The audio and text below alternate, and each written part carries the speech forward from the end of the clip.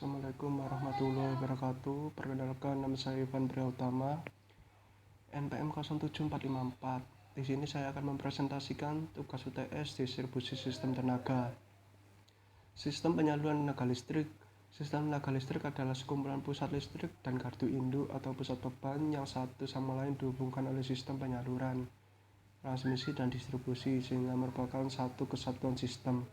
Sistem penyaluran energi listrik terbagi dalam beberapa bagian yang disebut dengan sistem tenaga listrik (STL). Sistem tenaga listrik adalah rangkaian instalasi penyaluran listrik yang terbagi menjadi 1. Pembangkit, 2. Transmisi atau penyaluran, 3. Distribusi, 4. Konsumen. Pembangkitan adalah proses di mana listrik dibangkitkan. Listrik adalah suatu energi di mana energinya bisa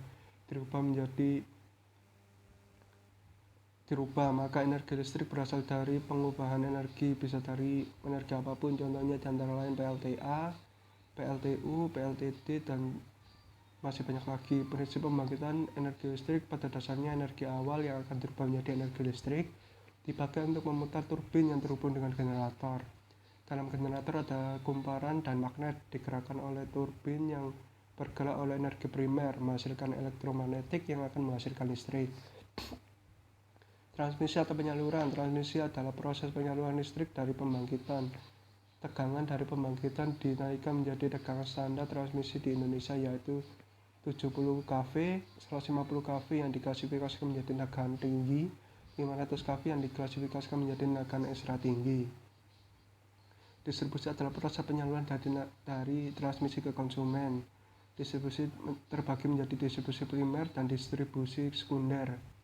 Distribusi primer adalah penyaluran listrik dari transmisi yang telah diturunkan tegangannya oleh trafo step down menjadi 20 kV dan diklasifikasi menjadi tegangan penengah.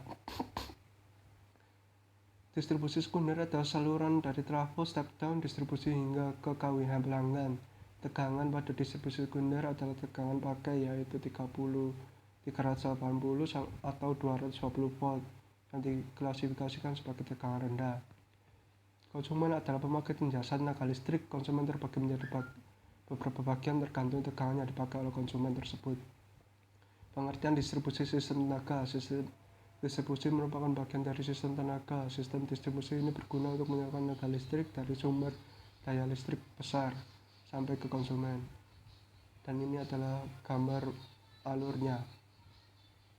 Struktur jaringan distribusi sistem tenaga. 1. Gardu induk atau pusat pembangkit tenaga listrik. Pada bagian ini, jika sistem pendistribusian tenaga listrik dilakukan secara langsung, maka bagian pertama dari sistem distribusi tenaga listrik adalah pusat pembangkit tenaga listrik. Biasanya pusat pembangkit tenaga listrik terletak di pinggiran kota, pada umumnya berupa pusat pembangkit tenaga diesel. Dan ini adalah gambarnya. 2. Jaringan distribusi primer. Jaringan distribusi primer merupakan awal penyaluran tenaga listrik dari pusat pembangkit tenaga listrik ke konsumen untuk sistem pendistribusian langsung. Dan ini ada gambarnya. 3. Gardu pembagi atau gardu distribusi berfungsi merubah tegangan listrik dari distribusi. Jaringan distribusi primer menjadi tegangan terpakai yang digunakan untuk konsumen dan disebut sebagai jaringan distribusi sekunder. Dan ini ada gambarnya. 4. Jaringan distribusi sekunder. Jaringan distribusi sekunder atau jaringan distribusi tegangan rendah merupakan jaringan tenaga listrik yang langsung untuk berhubung dengan konsumen. Dan ini adalah gambarnya. Konfigurasi jaringan distribusi sistem tenaga. 1. Jaringan radial, yaitu jaringan yang hanya mempunyai satu pasokan tenaga listrik. Jika terjadi gangguan akan jadi blackout atau padam pada bagian yang tidak dapat dipasok.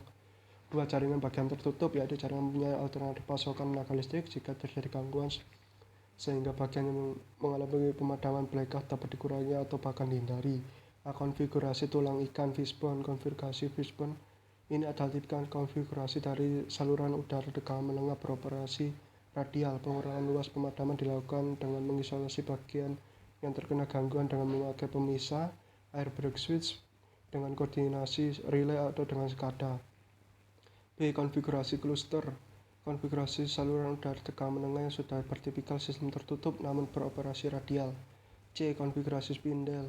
Konfigurasi spindle menyebabkan pada saluran kabel bawah tanah. Konfigurasi ini dikenal dua jenis penyulang, yaitu pengulang cadangan dan penyulang operasi. D. Konfigurasi fork. Konfigurasi ini memungkinkan satu kartu distribusi dipasok dari dua penyulang berbeda dengan selang waktu pemadaman sangat singkat. Konfigurasi spotload. Konfigurasi yang terdiri sejumlah penyulangan beroperasi paralel dari sumber atau kartu induk yang berakhir pada kartu distribusi. Konfigurasi jala-jala. Konfigurasi jala-jala memungkinkan pasokan tenaga listrik dari berbagai arah ke titik beban. Rumit dalam pengoperasian yang umumnya dipakai pada daerah padat beban tinggi dan pelanggan-pelanggan pemakaian khusus. Pembebanan distribusi sistem tenaga jatuh daya pada pusat-pusat beban atau pelanggan dilayani langsung melalui jaringan distribusi. Dari saluran transmisi, tegangan diturunkan lagi menjadi 20 kV dengan transformator penurun tegangan pada kartu distribusi. Kemudian dengan sistem tegangan tersebut, penyaluran tenaga listrik dilakukan oleh distribusi primer. Sekian dan terima kasih, kurang lebihnya mohon maaf. Wassalamualaikum warahmatullahi wabarakatuh.